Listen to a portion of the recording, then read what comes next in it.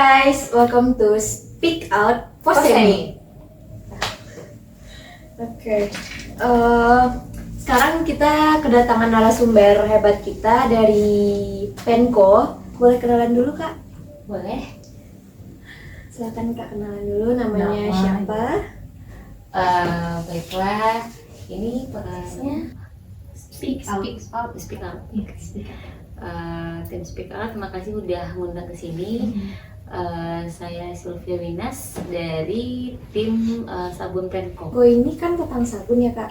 Sabunnya nih dari bahan apa nih kak? Kalau Penco ini mengangkat bisnis dari kita pemanfaatan limbah kopi. Jadi konsumsi kopi yang dilakukan setiap orang setiap harinya itu kan menghasilkan ampas. Nah ampasnya yang kita kelola kembali menjadi ada nilai gunanya. Gitu berarti ampas kopi yang diolah jadi sabun gitu ya kak? Iya betul. Penco sendiri ada berapa orang tim kak satu timnya? Penco kita ada 4 orang tim, masing-masingnya punya bagian. Saya sendiri sebagai CEO, terus juga ada bagian produksi, ada bagian finance, sama ada bagian untuk marketing. Berarti tiap orangnya job desk-nya beda-beda gitu ya kak? Ya. Bagaimana ide dan konsep awal perusahaan ini muncul kak? Sebenarnya kita tadinya itu tidak ada pikir untuk bikin bisnis ini ya. Awalnya itu kan dipelopori oleh adanya program pembinaan wirausaha mahasiswa. Mahasiswa wirausaha kebalik, atau disingkat P2MW dari Kemendikbudristek. Jadi karena kita dapat info dari dosen ada kegiatan itu, kita ikuti. Cuman pada saat mengikuti prosedurnya ada beberapa hal yang harus sesuai dari format panitia kan ya. Nah disitulah kita merancang bisnis kita apa. Bisnis kita tuh masuk kategori mana, karena dia ada beberapa kategori dalam programnya tuh. Jadi awal mulanya dari situ tuh kenapa akhirnya ada sabun Penco. Berarti udah berjalan berapa lama nih kak? Masih cukup baru. Awal mulai ide bisnisnya itu di awal tahun ini 2023, itu sekitaran bulan Februari akhir kalau nggak salah ya, Februari akhir apa awal Maret gitu. Nah itu kita mulai merancang proposal bisnisnya sesuai format dari program P2MW. Kemudian kita submit di sistem, ya kita nunggu informasi nih kira-kira diterima lolos nggak gitu. Kalau lolos didanai sama Kemendikbudristek dalam bentuk dana hibah. Dan alhamdulillah setelah menunggu lebih kurang hampir 2 bulan ya kalau nggak salah dari kita akhir tutup daftar untuk submit, nama kita muncul di salah satu bisnis tahapan awal kategori industri kreatif yang didanai sama Kemendikbudristek. Berarti itu untuk masuk P2M-nya termasuk seleksi gitu ya kak? Ya, diseleksi juga seluruh ide bisnis yang di submit dari PTN PTS Indonesia. Gitu. Kalau boleh tahu itu lombanya itu se-Sumatera atau gimana kak? Kalau submit proposal kita itu global, maksudnya nasional Indonesia. Jadi semua universitas dari Sabang sampai Merauke ikut, mau dia negeri swasta itu semuanya bisa ikut. Jadi kita gabung, nggak kan ada yang kategori lomba cuma untuk negeri doang, ada swasta doang gitu kan. Kalau ini untuk semua. Berarti gabungan besar-besaran Ya. berarti banyak ya kak? Oke. Kemarin ini ada dengar-dengar juga Penco dapat peluang untuk di salah satu universitas di Padang festival gitu ya kak, atau Itu kita jadi kita melihat peluang ya, ada kegiatan di Padang, kegiatannya Minangkabau Halal Festival. Kebetulan tempat lokasi acaranya di Universitas Negeri Padang. Nah di situ kampus memang mau ngambil tempat di situ untuk sebagai media promosi kan, UFDK. Nah tempat, maksudnya booth yang diambil sama kampus itu difasilitasi untuk diisi sama produk mahasiswa. Selain untuk kita promosi kampus, terus promosi apa aja produk yang udah dihasilkan oleh mahasiswa, ditambah kita juga bisa jual beli juga di situ. Jadi nggak hanya sekedar dipamerkan. Berarti sekalian kayak dagang Iya, kecil-kecilan sekalian gitu. jualan Iya, gitu ya. jualan. Nah, Oke. Terus gimana Penco ini bisa memprioritaskan inovasi sama yang pengikut apa maksudnya tuh tren sekarang kan jalannya cepet tuh Kak, gampang berganti tren. Nah gimana Penco tuh bisa mengiringi tren-tren di industri yang bersangkutan sama Penco sendiri? Kalau tren sih kita ngikutinnya dari segi ini ya, dari segi looking produk. Karena kalau misalnya dari segi jenis produk, kayak kalau sabun batang itu udah hal biasa ya. Dari dulu udah ada juga sabun batang kan. Dan sabun batang yang kopi kayaknya juga nggak baru-baru ini, dulu juga ada ya sabun batang kopi. Cuman awal mulanya karena kita mengangkat produk ini dari limbah ampas kopi, akhirnya kita menghasilkan sabun batangnya dari bahan kopi. Nah, cuman kalau untuk mengikuti tren tadi, kita bermain di desain kemasan dan dengan bentuk sabun. Yang kecil itu kan kita kasih bentuk model sabunnya kan seperti biji kopi yang melambangkan kalau memang ini dari kopi gitu. Jadi biji kopi. Kalau dilihat sabun batang pada umumnya kan hanya polos biasa kan ya, nggak ada motifnya kan ya. Kalau oval, petak atau nggak bulat gitu kan. Nah kalau kita emang sengaja catching di situ karena kan anak-anak sekarang suka yang lucu-lucu, unik-unik ya kan. Itu yang mengundang. Iya. Nah terus ditambah sama kemasannya. Kemasannya itu kita desain gimana terlihat lookingnya bagus gitu. Jadi orang pasti ih lucu nih, tanpa memikirkan ini sabun kegunaannya apa, tapi dari tampilan awal orang udah suka gitu. Karena lucu. Ya, nah kita ngikutin trennya seperti itu. Gitu. Berarti ciri khas tersendiri dari Penco selain dari bentuk sama bahannya yang ya packagingnya gitu tuh, apalagi ciri khas dari Penco? Ciri khasnya kita variannya kita ada 3. Ada olive oil, goat milk sama sea butter.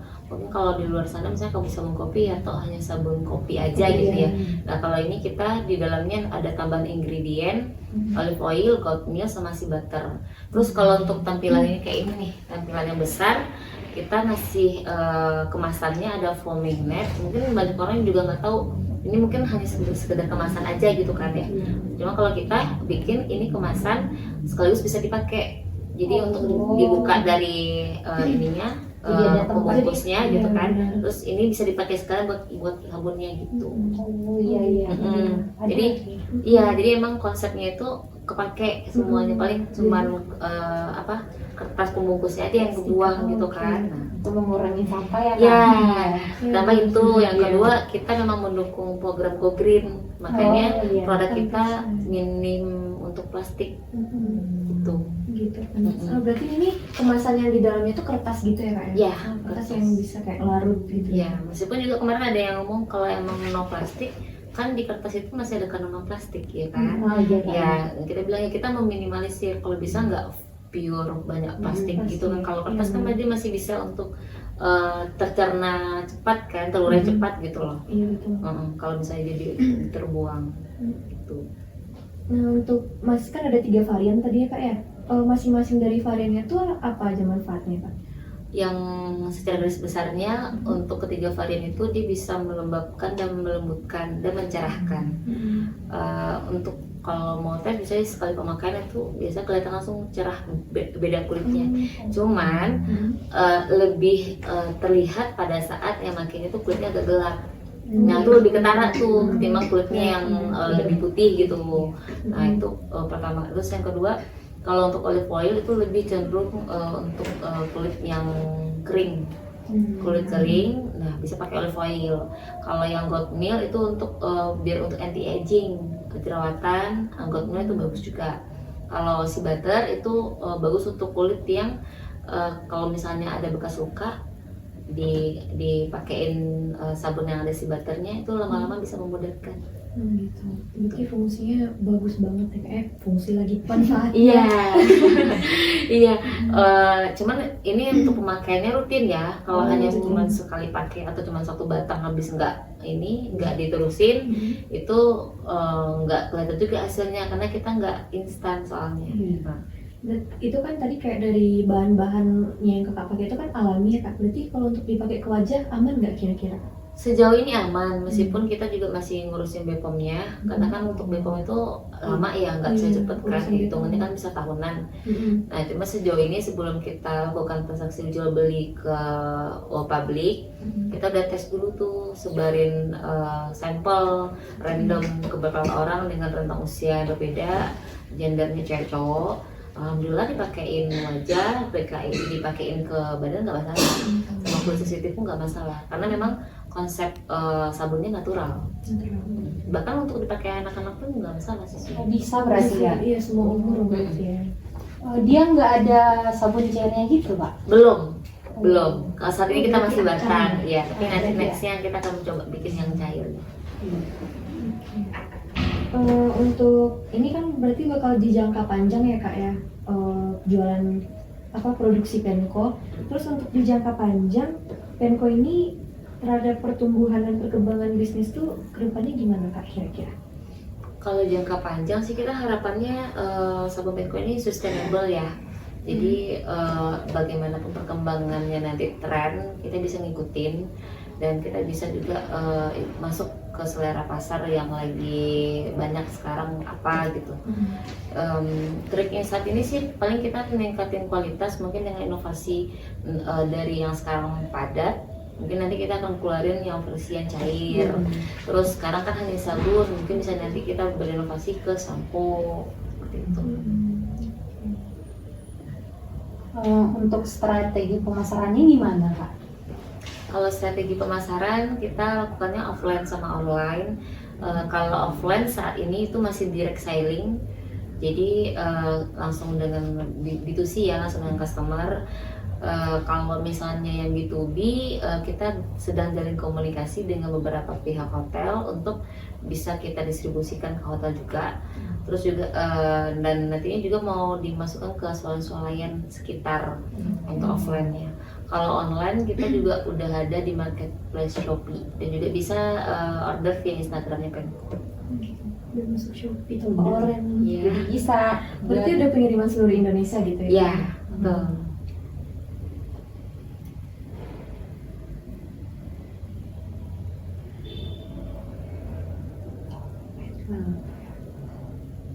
Mau bertanya nih Kak, bagaimana bisnis Kakak mengatasi tantangan awal dalam membangun bisnis yang Kakak sedang buat sekarang gitu? Tantangan awalnya apa gitu?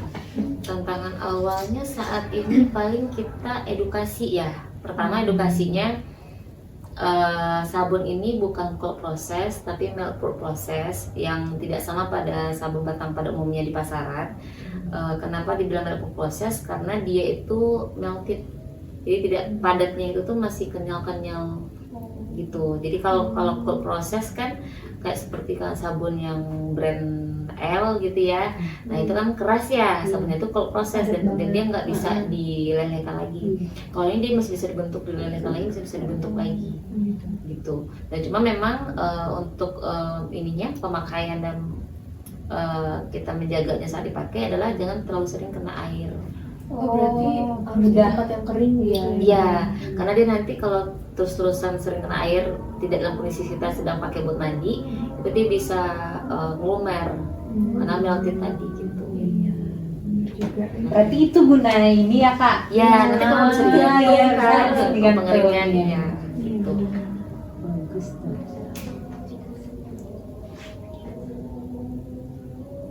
Kak, boleh Kak bentar aja nih? Boleh. Bicara Ci, setelah berbincang-bincang tadi kan Kak, kami jadi tahu bahwasanya Penco ini sabun yang dibuat tuh semuanya berbahan dasarkan Ampas kopi. Iya, ampas kopi. Kalau boleh tahu ampas kopi itu dapat dari mana Kak? Ampas kopi ini kita dapatnya dari kedai-kedai kopi yang ada di sekitar sini, dan kebetulan kita pakainya ini ampas kopi Arabica.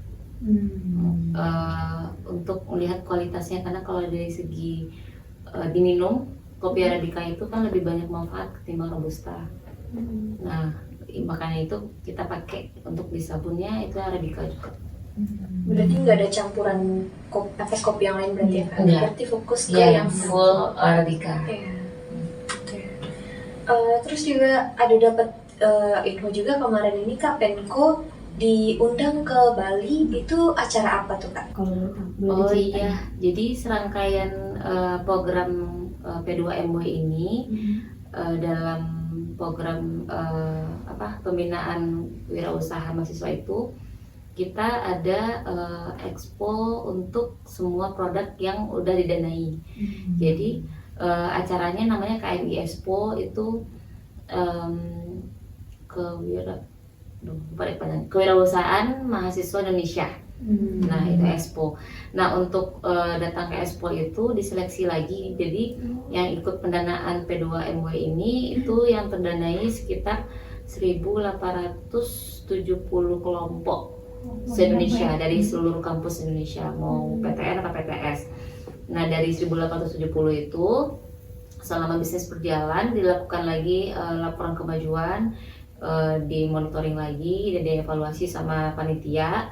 Kemudian diadakan seleksi untuk yang berangkat ke KMI Expo, yang kebetulan tahun ini tuh tuan rumahnya Universitas Pendidikan Ganesha Bali, daerah Singaraja.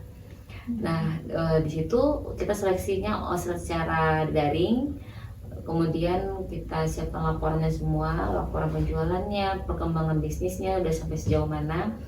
Kemudian dua minggu setelah seleksi keluar pengumuman siapa aja tim yang lolos untuk ikut KMI Expo. Nah yang lolos ini gak hanya ikut KMI Expo tapi juga masuk ke kategori KMI Award yang masuk penilaian.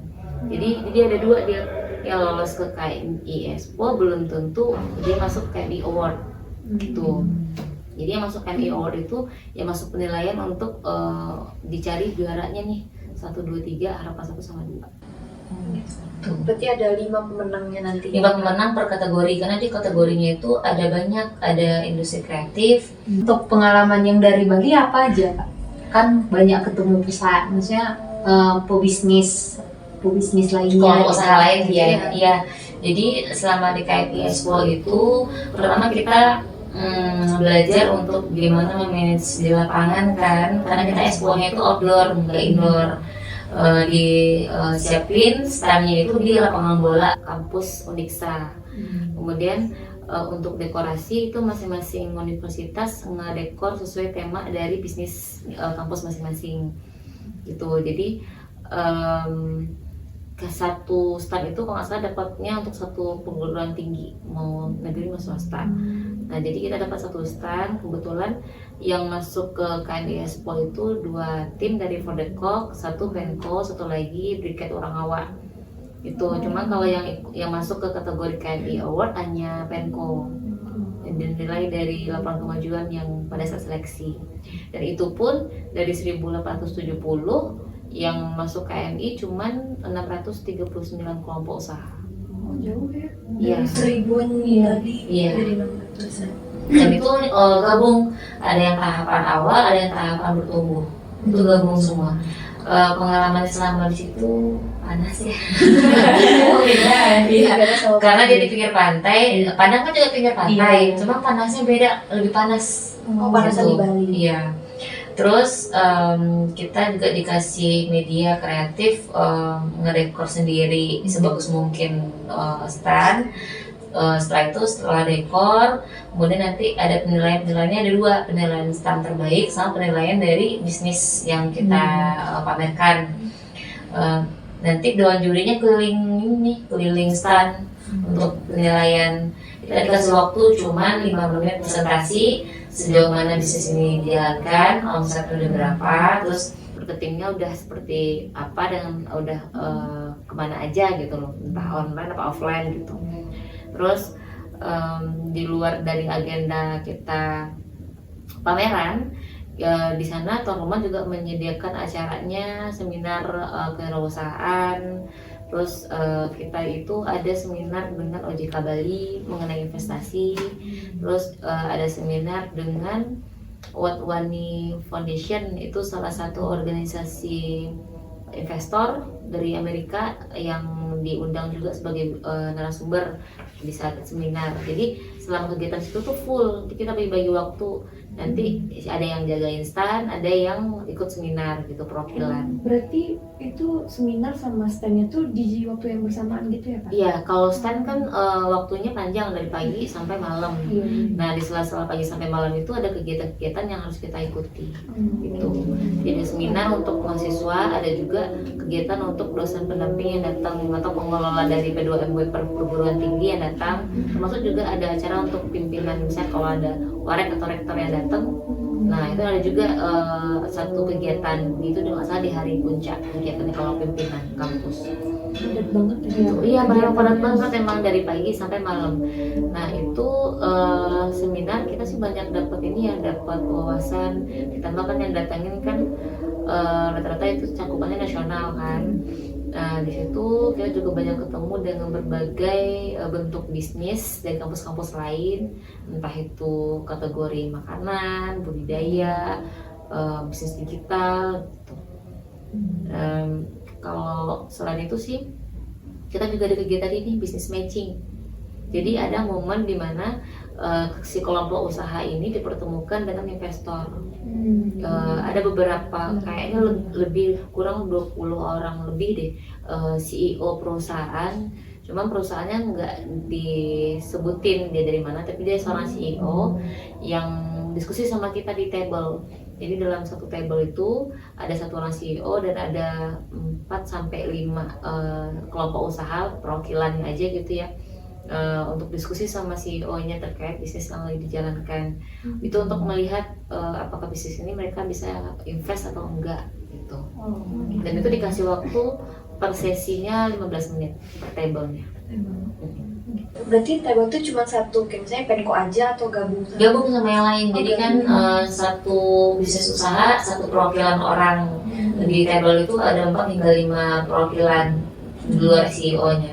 Dan itu banyak table, ada sekitaran 8 table, ada di sisi kiri 4, di sisi kanan 4. Pas yang di Bali kemarin tuh kan yang Penko masuk tuh yang ke KMI Award.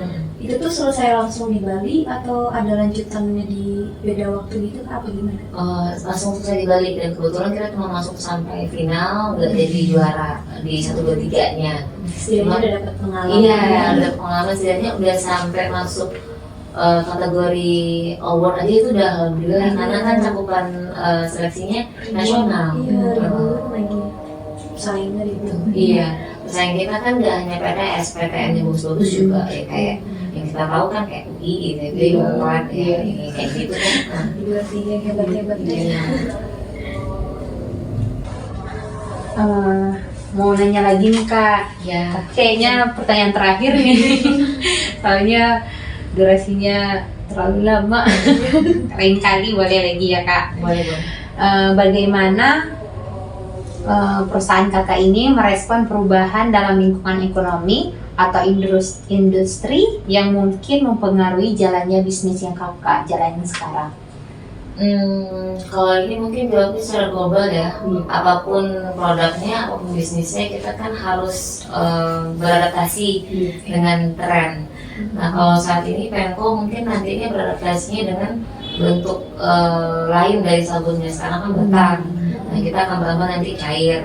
Dan mungkin sekarang baru hanya sabun, mungkin nanti kita akan merambah ke lulur mungkin, ke masker mungkin, nah sejenisnya. Tapi masih dalam konteks kosmetik. Bertahap. Ya, bertahap. Inovasi mungkin seperti itu. Cuma memang ya kita nggak jauh-jauh dari digital ya. Jadi semuanya dipasarkan online lebih kencang.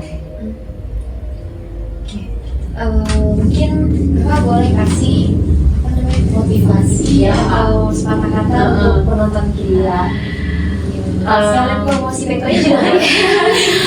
Boleh.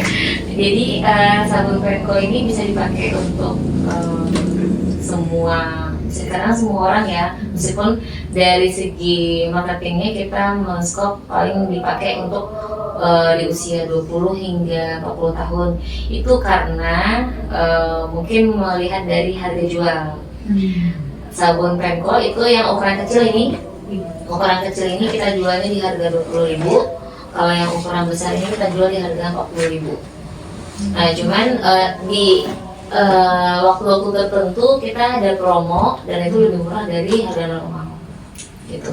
Kalau misalnya ada yang mau beli atau penasaran ingin coba sabunnya, bisa order via Instagram di penco.id atau bisa juga via marketplace di toko Ren. Tinggal lihat linknya di Instagram. Jadi untuk teman-teman yang mungkin mau cobain sabun Penco, boleh lihat langsung IG-nya dari Penco atau di deskripsi kita juga ada nanti linknya. Contoh sabun Penco ada di sini. Oke. Sekian dulu Kak podcast kita hari ini. Maaf banyak kurangnya. Ya, nggak apa-apa. Terima kasih juga lo sudah diundang di sini. Iya Kak, Iya, makasih ya Kak. Makasih juga udah berbagi pengalaman Kakak. Ya, semoga nanti ada next Penco berikutnya yang Iya. dengan bisnis yang lain. Amin. Amin. Nah. Ya Allah. Sekian dulu podcast kita. Sampai jumpa di lain waktu. Bye-bye. Terima kasih Kak.